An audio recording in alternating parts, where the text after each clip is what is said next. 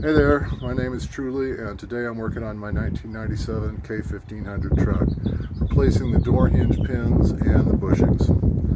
There's a lot of videos out there about how to do this, and I'm not going to try and cover the technique for actual replacement, but the contribution I do have to make is something I haven't seen anywhere else, which is how to properly deal with the door so that it's not an enormous pain in your butt.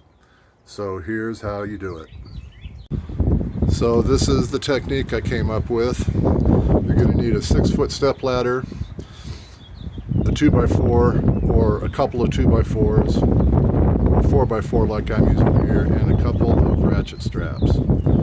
And all you do is just sling the door in those ratchet straps, crank up on them until you see the hinge has got the load off of it, and then when you take the pins and the bushings out, it just sits there.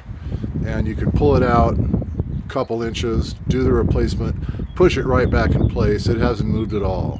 This is the ticket, fellas. So that's it. Hope you enjoyed this, and I hope it's helpful for you. Oh yeah, I forgot to mention the Home Depot step stool, which is also an important part of the equation, but you figured that out.